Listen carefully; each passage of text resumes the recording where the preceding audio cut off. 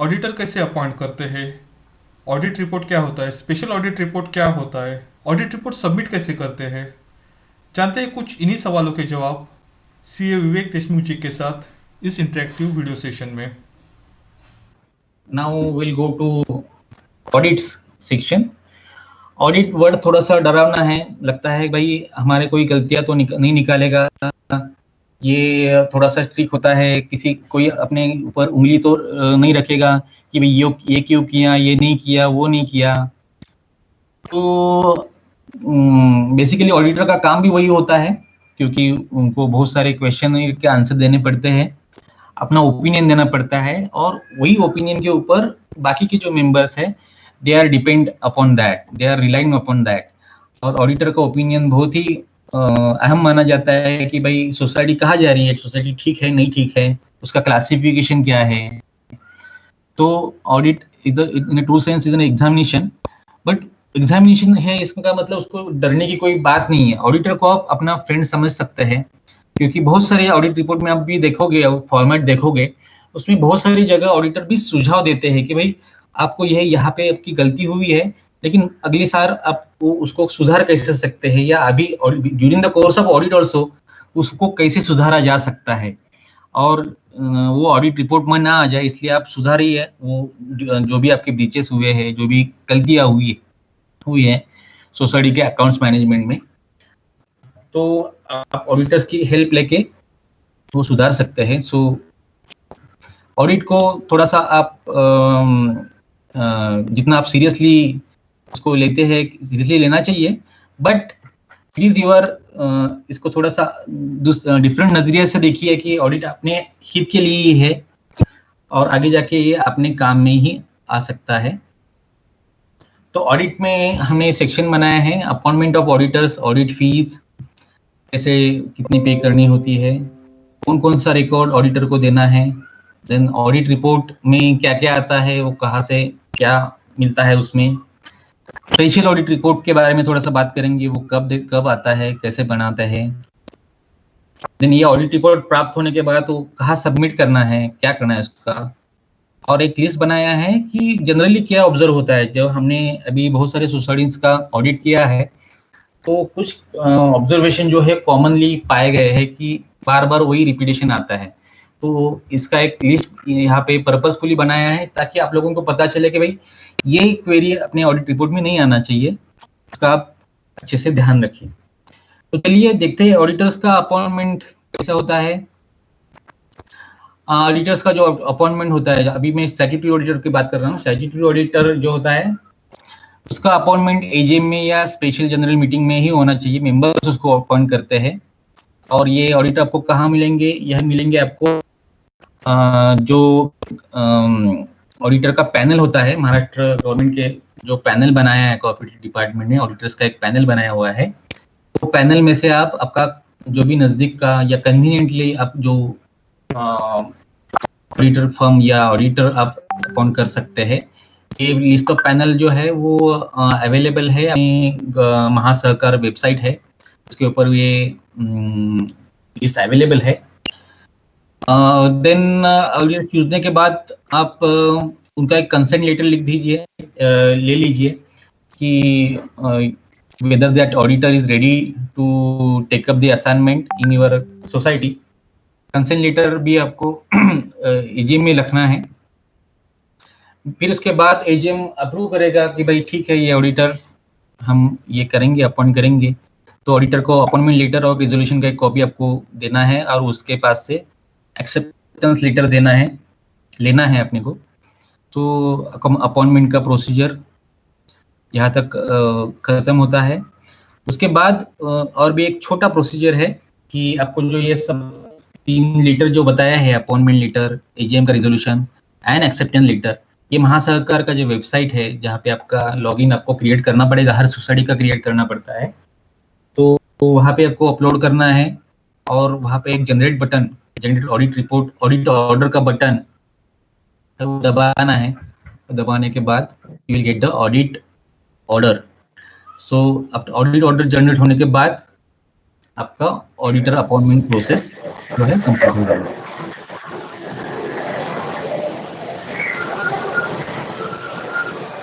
जो ऑडिटर आप अपॉइंट करोगे,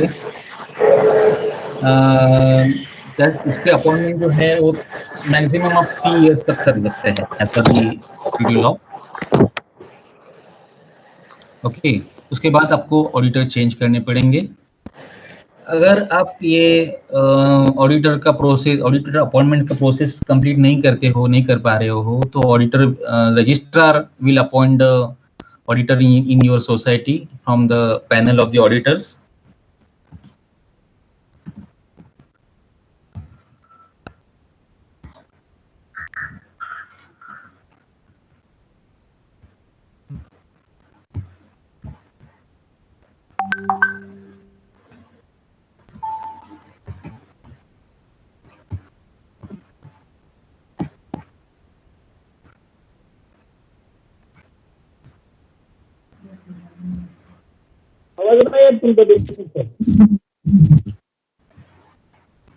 hello hello, am I audible? Yes, आता है आवाज ऐकू. Yeah. So register can appoint as the statutory auditors on your panel. अभी स्टैट्यूटरी ऑडिटर के बारे में हमने बात की, लेकिन ऐसा होता है कि स्टैट्यूटरी ऑडिट जो है साल के एंड में आता है, जब सब ट्रांजेक्शन, अकाउंटिंग ट्रांजेक्शन जो हमने बताया है वो हो चुके होते हैं। लेकिन इसके बीच में अगर कोई गड़बड़ी होती है, कोई एडवाइस चाहिए होती है, या statutory auditor is always available, but जो कोई ऐसा आदमी हो कि जो पीरियडिकली अकाउंट चेक करे और मैनेजमेंट को बताए कि भाई सब ठीक ठाक चल रहा है कि नहीं चल रहा है, जो भी कंट्रोल्स है वो वर्क हो रहे कि नहीं, तो इसके लिए इंटरनल ऑडिट का भी प्रावधान है अपने बायलॉज में। तो society can appoint also an internal auditor in the society who may be a chartered accountant but not necessarily, लेकिन जिसको कोऑपरेटिव्स के रूल्स के या अकाउंटिंग के बारे में, लॉ के बारे में पता होना चाहिए, तो वो आप अपॉइंट कर सकते हैं। खास करके जो बड़ी सोसाइटीज है उनमें ट्रांजैक्शन का वॉल्यूम बहुत बड़ा होता है और कंप्लायंसेस भी बहुत बड़े तौर पे होते हैं, रिकंसिलिएशंस होते हैं, तो कहीं पे भी गड़बड़ी अगर हो तो वो तुरंत सामने आ जाए और उसके ऊपर एक्शन लिया जाए। मिस एप्रोप्रिएशन, फ्रॉड्स, उसका चांसेस इससे बहुत कम हो जाती है। तो it is advisable to appoint internal auditor also along with statutory auditor. Audit fee के बारे में सर गवर्नमेंट का एक गवर्नमेंट रूल अपना जीआर है 29/10/2014 का, उन्होंने मेट्रोपॉलिटन और ए ग्रेड जो सिटीज है, पुणे ए ग्रेड में आता है, तो वो ऑडिट फी फिक्स करके रखी है। तो there is no chance, there is no ambiguity about it। 100 rupees पर मेंबर उसका फी है प्लस जीएसटी। और ये उन्होंने लेवल बताया, municipal corporation area, cantonment area, जैसे जैसे हम विलेज लेवल तक जाते हैं वैसे वैसे वो फीस भी कम होती जाती है। This fees are minimum fees prescribed, इसके नीचे अलाउड नहीं है और आप ज्यादा भी दे सकते हैं based on the your discussion with the auditor। Audit के लिए क्या क्या देना है, क्या क्या रिकॉर्ड्स आपको अपने को ऑडिटर के पास देना है। पहला तो आता है फाइनेंशियल स्टेटमेंट, जो हमने बताया, expenditure, balance sheet, decision, payment and all annexures thereof। ये चेयरमैन, सेक्रेटरी, ट्रेजरर ने साइन किया हुआ स्टेटमेंट ऑडिटर को देना है ऑडिट के लिए। All books of accounts and vouchers, जैसे हमने पहले सेक्शन में देखा, तो सब वाउचर्स और बुक्स ऑफ अकाउंट्स देने हैं। तो स्टैट्यूटरी रजिस्टर से आई रजिस्टर है, जे रजिस्टर है, मेंबर्स का, शेयर्स का register, managing committee meeting, annual general meeting के minute books, nomination register, property dead stock register, bank reconciliation statement, interest certificate, balance confirmation, management representation letter और any other relevant document, ये residuary clause है। ये सब record आपको audit के लिए देना है। और इसके अलावा अगर ऑडिटर कुछ पूछे तो उसका जवाब भी देना है।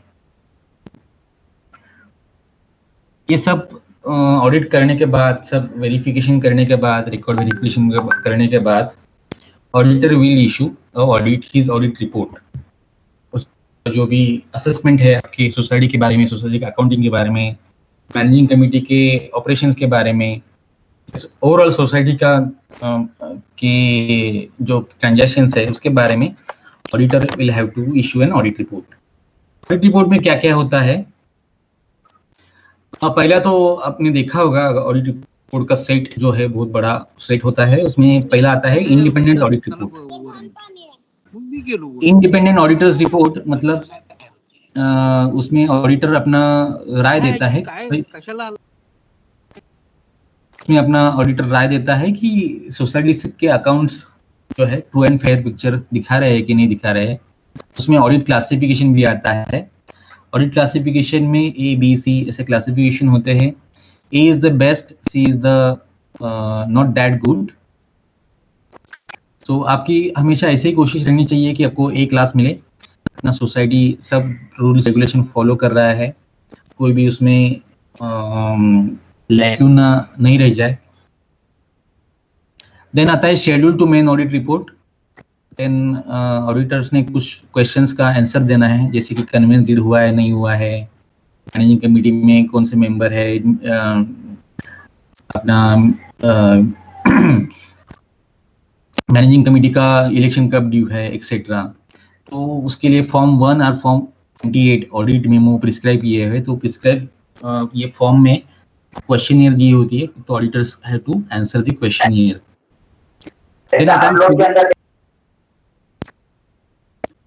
हेलो, देन आता है schedules to main audit report. ये डिवाइड होता है part A, B and C में। पार्ट ए में जो भी आपके सीरियस इरेगुलरिटीज है, जैसे कि कोई मिस अप्रोप्रिएशन हो गया है या सीरियस लैप्सेस इन बायलॉज और rules and regulations and act and rules of the cooperative society, तो ये सब पार्ट ए में आता है, सीरियस नेचर के। पार्ट बी में आता है आपके बैलेंस शीट और इनकम एक्सपेंडिचर का एनालिसिस आता है लाइन बाय लाइन। और पार्ट सी में बाकी के सब जो भी अपने छोटे मोटे बायलॉज का अगर कुछ वायोलेशन हुआ है या एक्ट के किसी प्रोविजन का वायोलेशन हुआ है, रूल्स कोई आपने फॉलो नहीं किया है, वो सब इसमें आता है। प्लस अलॉन्ग विद ऑडिटर्स के कुछ सजेशन भी आता है कि आप इफेक्टिवली कैसे आप सोसाइटी और अच्छी तरीके से मैनेज कर सके, तो ये सब पार्ट सी में आता है। List of member with active and non active classification, ये भी ऑडिट रिपोर्ट के साथ अटैच रहता है।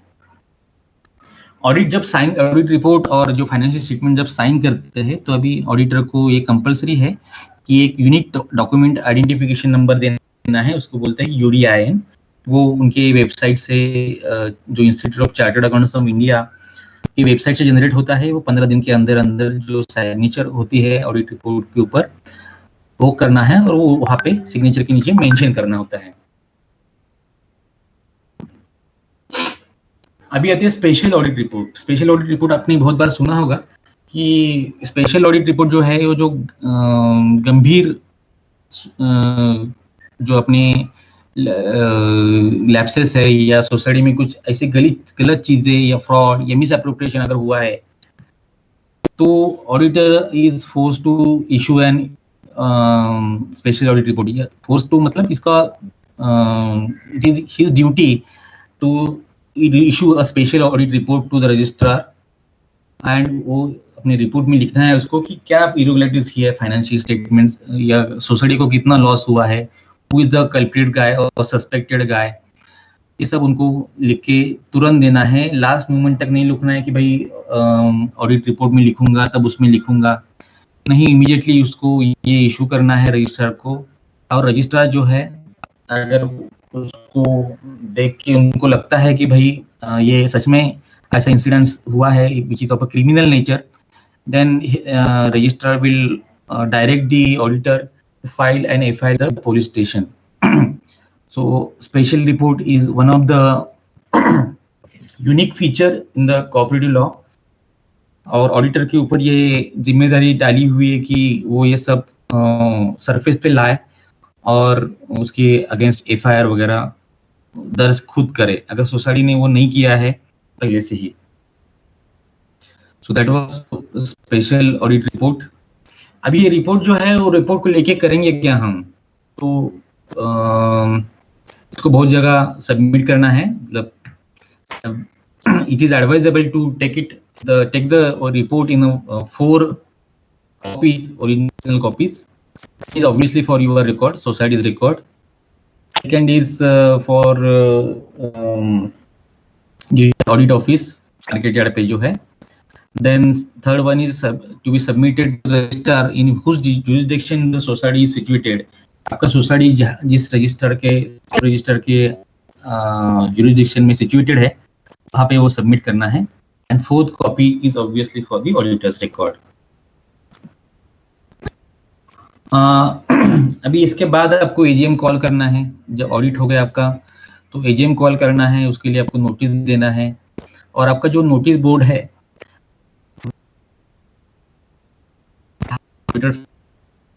जो भी उसके कमिटी के रिपोर्ट्स वगैरह, वो भी सब आपको लगाना है. एक से ज्यादा अगर बिल्डिंग्स है, तो हर एक बिल्डिंग के हर एक नोटिस बोर्ड पे ये आपको डिस्प्ले करना है ऑडिटर स्टेटमेंट्स. एंड उसके बीच में मैनेजिंग कमेटी का एक और भी एक काम है कि ऑडिट में जो भी ऑब्जेक्शन आए हैं, उसका एक ऑडिट रेक्टिफिकेशन रिपोर्ट बनाना है. और वो rectification report along with financial reports, financial statements, audit report AGM के सामने रखना है और उनका अप्रूवल लेना है.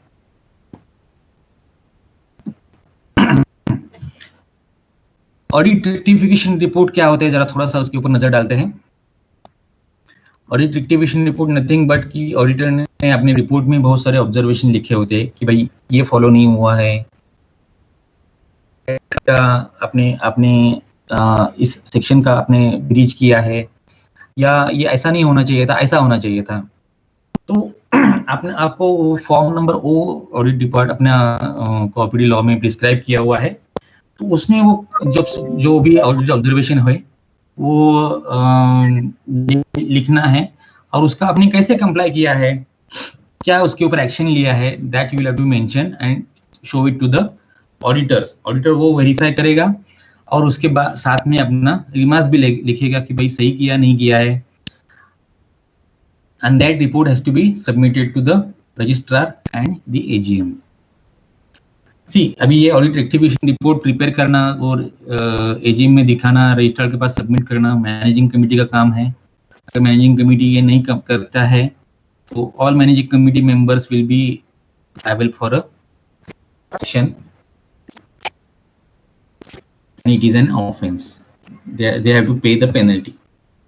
So rectification report सबमिट करना बहुत ही जरूरी है. अभी आते हैं that's all with the audit audit process this thing. अभी देखते हैं कि कॉमन ऑब्जर्वेशन क्या हमारे नजर में आए हैं, और क्या मिस्टेक्स सोसाइटीज में जनरली हो जाती है. तो आप ट्राई कीजिए कि आप ये आपकी सोसाइटी में ना हो. आप उसके लिए अभी से एक्शन ले लीजिए, ताकि वो आपके ऑडिट रिपोर्ट में हाईलाइट नहीं हो जाए और आपको अच्छे से अच्छा ए ग्रेड ही मिले. देखिए, पहला तो है कि अपने बायोलॉजी में लिखी है कि society has to obtain a membership of a federation of the CHS. तो अपने एरिया पिंपरी चिंचवड एरिया में पिंपरी चिंचवड फेडरेशन है हाउसिंग सोसाइटी का, उसका मेंबरशिप आपको लेना है. वो आपके हित में भी है. Then society has not issued the share certificate to members. हर एक मेंबर का राइट है कि शेयर सर्टिफिकेट उसको मिले. देन बायलॉज में बहुत सारी जगह लिखा है कि repairs and maintenance, sinking fund, education fund maintain करना है. बायलॉज नंबर 13 ये बोलता है. तो वो ठीक से एक तो ऐसा देखा गया है कि मेंटेन ही नहीं हुआ है. ये सब फंड मेंटेन किया है, तो it is not as per bylaws number 13. तो आपको ये ध्यान देना है कि बायलॉज नंबर 13 पढ़िए. अपना नेक्स्ट सेशन भी उसके ऊपर होने वाला है, तो आपको जो भी उसमें क्वेरी है आप उसमें अपना उसको एड्रेस हो जाएगी. आप क्वेश्चन भी पूछ सकते हैं बाद में. तो वो मेंटेन करना जरूरी है.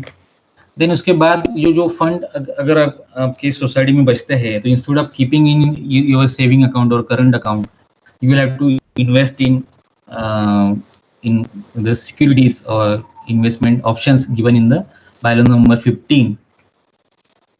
अगर सिंकिंग फंड का अमाउंट अभी इन्वेस्ट करते हैं तो उस एफडीआर को या उस इन्वेस्टमेंट को आपको मार्क करके रखना है, उसको ईयर मार्किंग बोलते हैं, और वो एफडी या वो इन्वेस्टमेंट उसी पर्पस के लिए आगे जाके यूज होगा। Then this is conveyance deed का एक मुद्दा बहुत सोसाइटीज में अभी भी पेंडिंग है कि कन्वेंस डीड एग्जीक्यूट भी नहीं है in favour of the society. वो बहुत ही इंपॉर्टेंट चीज है।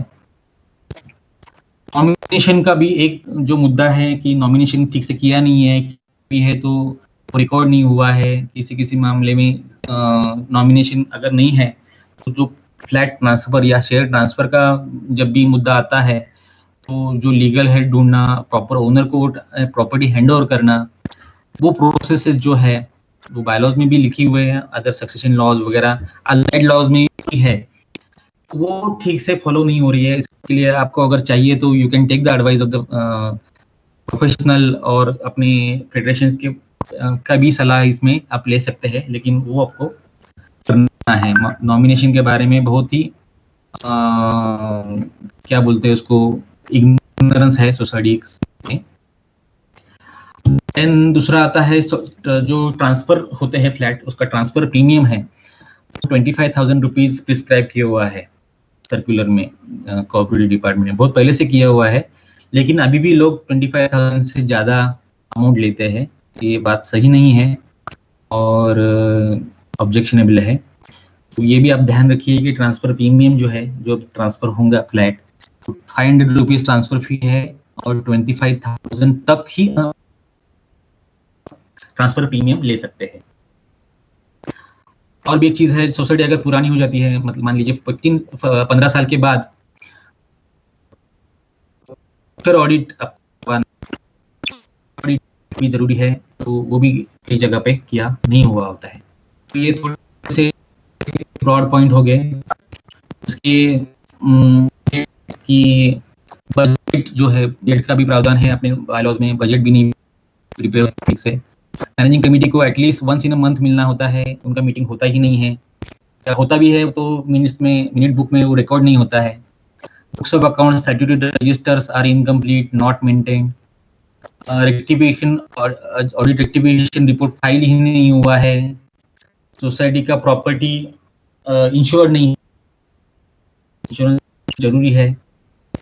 और पुराने सोसाइटी के बारे में खास करके ये न्यू बायलॉज आए हैं आफ्टर 97 कॉन्स्टिट्यूशनल अमेंडमेंट, वो अडॉप्ट ही नहीं हुए हैं। तो ये थोड़े से कॉमन ऑब्जर्वेशंस सोसाइटीज के पाए गए हैं कि आप देख लीजिए, ध्यान दीजिए कि ये ऑब्जर्वेशन आपकी सोसाइटी में कम से कम रहे और आप उसका कंप्लायंस करें। आगे आप देखेंगे कि इम्पोर्टेंट ड्यू डेट्स जो होते हैं 1920 में, जो फाइनेंशियल ईयर अभी खत्म हुआ, तो उसके लिए क्या थे। फाइनलाइजेशन ऑफ अकाउंट्स में 15 तक होने जाने चाहिए थे, 15 मई तक। Accounts to be handed over to for audit 1 जून तक देने चाहिए थे, देने हैं अभी। तो ये सब उसका कैलेंडर है। अभी 15 मई तो निकल चुका, फाइनेंशियल अभी उसके होने को था, लेकिन ये अपना कोविड-19 बीच में आ गया है, अब सब लॉकडाउन सिचुएशन में है। तो देखते हैं हम ये कैलेंडर कितने तक, कहाँ तक फॉलो कर सकते हैं। लेकिन जितना भी आपसे थोड़ा सा ये निवेदन है कि भाई आपकी जहाँ तक हो सके आपके ऑडिटर्स के संपर्क में रहे, आपके अकाउंटेंट के संपर्क में रहे, जहाँ तक हो सके आप ये फाइनलाइजेशन तक पहुंचिए, रिकॉर्ड तैयार रखिए ऑडिट के लिए, ताकि जब हम लॉकडाउन ये खत्म हो जाएगा तो ये कैलेंडर हम फॉलो कर सके। So that's all for my presentation. Thank you very much for your patience hearing. Thank you Pimpri Chinchwad Education Center for giving me this opportunity to present myself. Thank you very much. दोस्तों, आज का ये webinar programme हम यहीं पर समाप्त करते हैं। मैं केसीगर सभी आयोजकों की तरफ से आप सबका धन्यवाद करता हूं कि आपने ये प्रोग्राम देखा, और मुझे पूरा उम्मीद है कि आज ये प्रोग्राम आपकी अपेक्षाओं के अनुरूप रहा है, और हमारे सभी एक्सपर्ट ने अपना पूरा जोर लगा करके आपके सभी सवालों के जवाब दिए हैं, और जिससे कि मुझे लग रहा है कि जब हम सब लोग वापस अपनी सोसाइटी में जाएंगे तो हमें इसका भरपूर लाभ मिलेगा। अभी मेरा आपसे एक निवेदन है, मेरी एक अपील है कि आप सभी सोसाइटी जो अभी तक फेडरेशन की मेंबर नहीं बनी है वो कृपया करके जल्दी से जल्दी फेडरेशन की मेंबर बन जाइए, ताकि आने वाली जो एजुकेशन वेबिनार श्रृंखला है उसका हम सब लोग भरपूर फ़ायदा उठा सकेंगे। और इसके साथ ही मैं आपका एक बार फिर से धन्यवाद करता हूँ। Thank you.